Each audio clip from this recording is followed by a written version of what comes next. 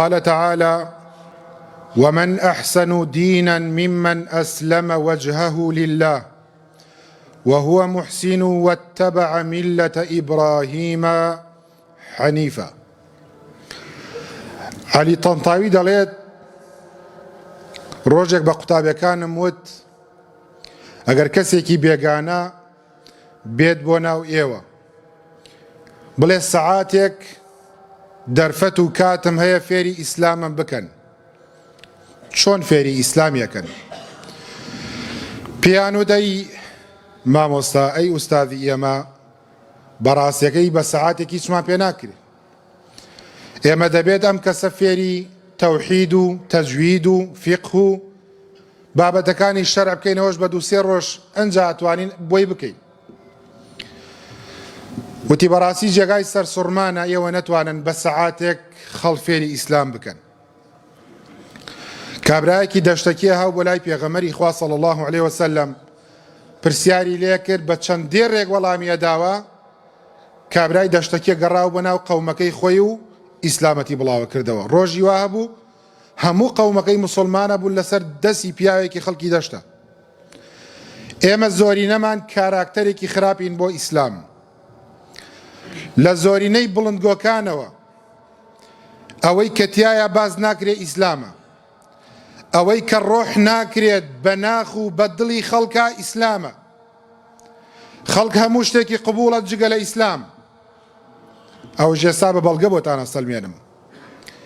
ئیسلامەتی لە لای پێغەمبەری خوا صلی الله علیه وسلم کە جوبرەئیل پرسیاری لێکە: یا محەممەد ئەخبرنی عن الئیسلام، ئەی محەممەد صلی الله علیه وسلم لەناو ئیسلامە چییە پێم بڵێ؟ پێنج خاڵی فێرەکات کە زۆرینەی مسلمانان خەڵکە عەوامەکە، خەڵکە بازرگان و دوکاندارەکە لەم پێنج خاڵات چوارشیان دوانشیان نازانن. بیری بخەرەوە زانێ بە زۆکتر نازانێ. یەکەمینیان فەرمووی: ئەن تەشهەدە ئەن لا ئیلاهە ئیلا الله وئەنە محەممەدە ڕەسوول الله. کەسێک بێوێت بێتە ناو ئیسلامەوە بێت شایەتی بدات هیچ زاتێک نییە بە حەق بپەرسێ، بە حەق بە ناحەق زۆرە،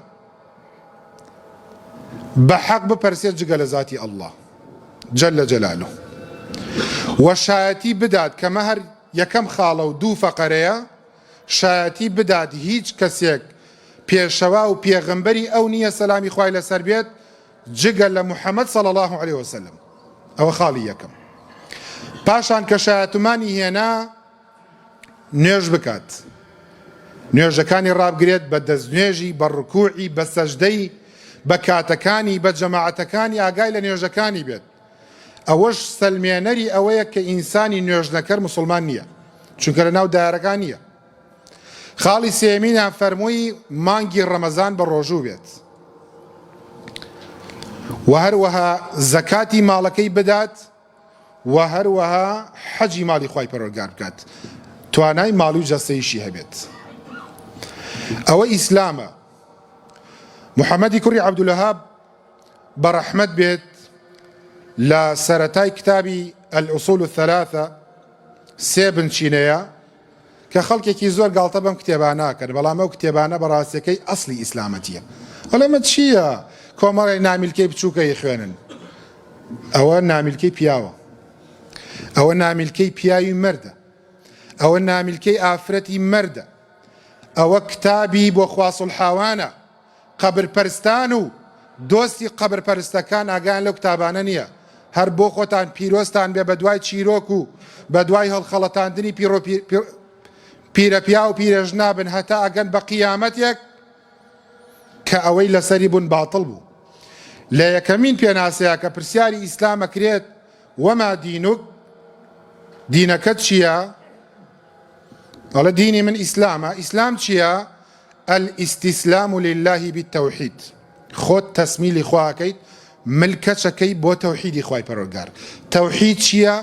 نوێژم، ڕۆژوم، عیبادەتم، سوێن خواردنم، ترسانم، هەمووی تەنها بۆ خوایە. بۆ گەر کەسێ پرسیاکە بۆ مامۆستا خەڵکی نوێژ بۆ غەیری خوا بکا، بەڵێ. ڕیاکردن، نوێژکردن بۆ غەیری خوا. سوێن خواردن عیبادەت نییە. تۆ ئەبێ بڵێ بە ئەڵڵا، یاخود ئەبێ بڵێ بە قورئانی پیرۆز کابرا سوێنە خوا بەسەری برایەتی.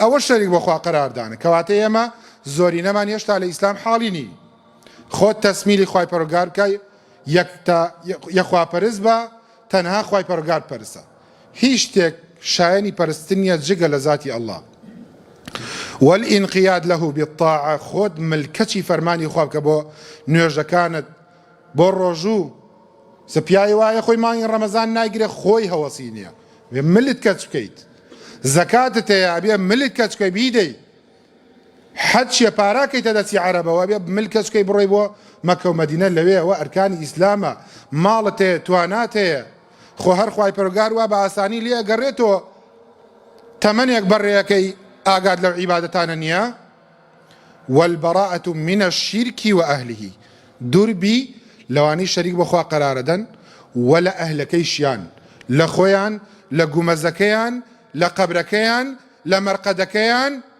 لە هەمووی بە دوور بیت لە پەڕۆ و پاتاڵەکەیان لە دەنگە زەنگیانەکەیان لە پەڕۆکەیان کەی بەستنەوە مەچەکیانەوە کە پێیان وایە ئەو پەڕۆ خوایە ئەوە خوایە ینی ئەوە تاکە لەسەر تۆ لادا لا يزيدك إلا وهنا بۆیە خوای گەورە فەرمێت ومن أحسن دينا ممن أسلم وجهه لله چی ئیسلامەتیەک لەوە جوانترێ دەموچاوی خۆت تەنها بۆ خوای پەروەردگار کەس بکەیت لە نوێژ و لە عیبادەت و لە هەموو بەرنامەکانی تری شەرعی خوای پەروەردگار وهو محسن لەگەڵ شیا چاکەکارە مسلمانێک نییە تەنها دەم بێت عیبادەت ئەکات ڕۆژ بە ڕۆژ ئیسلام لەسەر دەست و لەسەر قەڵەم و زمانیەوە گەشەی پێکرێت واتبع ملة إبراهيم حنيفا وكيت شوێنی دینی پێغەمبەر ئیبراهیم کە دینێکی پاکە بەداخەوە ئەمڕۆ ئەو دینەی کە لە ناو خەڵکانیە دینی حەنیفیەتە دین زۆرە حزب زۆرە ناو زۆرە منهج زۆرە